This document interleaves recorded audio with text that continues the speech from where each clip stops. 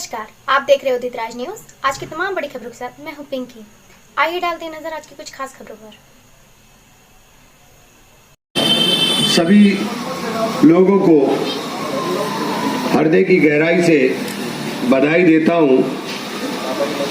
और आज अगर हम आज़ाद हिंदुस्तान के अंदर सांस लेने का काम कर रहे हैं तो ये हमारे बुजुर्गों की कुर्बानियां हैं, पूर्वजों की कुर्बानियां हैं, जिसकी वजह से आज हम आज़ाद हिंदुस्तान में सांस लेने का काम कर रहे हैं।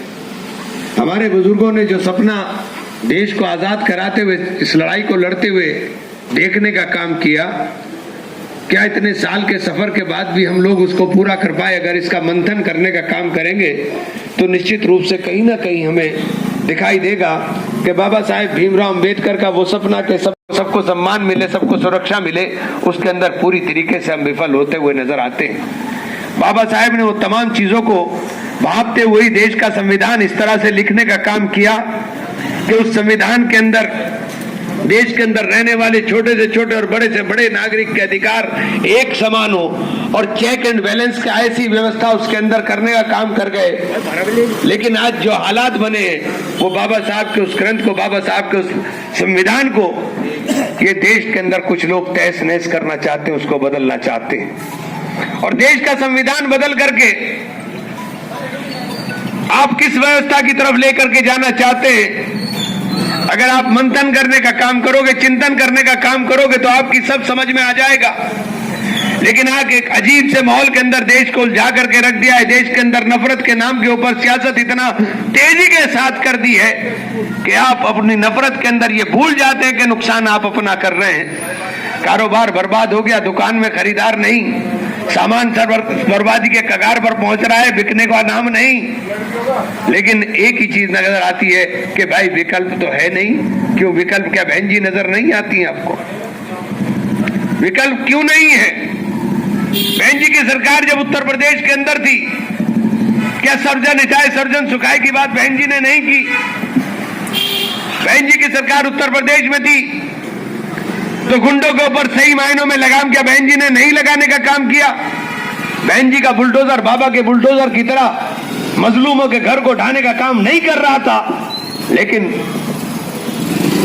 गुंडों की छाती पर चढ़ करके यकीनी तौर पर, क्योंकि मैं नहीं बोल रहा हूं, ये आंकड़े बोल रहे हैं, आपकी सरकार के आंकड़े बोल रहे हैं कि कानून व्यवस्था का सबसे बढ़िया हाल अगर किसी सरकार के अंदर था तो बहुजन समाज पार्टी की सरकार के अंदर था।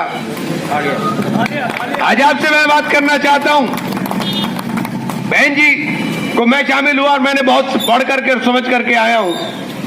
बाबा साहेब भीमराव अंबेडकर के विचारों से हम पहले से प्रभावित थे और देश के अंदर रहने वाला कोई भी नागरिक, चाहे वो किसी जाति का हो या किसी धर्म का हो, अगर बाबा साहब के बारे में अपमानजनक बात कहने की बात तो छोड़ दीजिए, अपमानजनक बात सोचने की भी बात करता है तो लानत है उसके शक्ल के ऊपर, सूरत के ऊपर भी।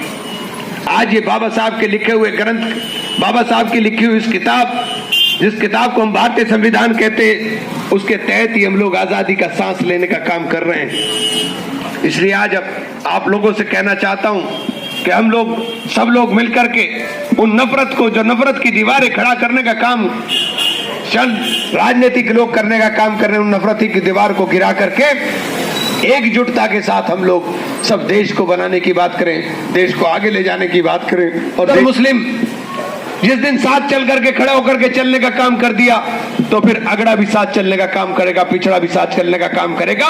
लोकतंत्र के अंदर, जमहूरियत के अंदर साथियों वोट की ताकत होती है और वोट की ताकत गिनती होती है आपकी तादाद से। आपके समीकरण इस प्रकार से है कि दलित और मुसलमान इकट्ठा होकर के चलेगा तो फिर सब लोग आपके साथ चलने का काम करेंगे। आपको आज फिर गणतंत्र दिवस की बहुत बहुत बधाई। उदित राज न्यूज, सब पर नजर, सबकी खबर।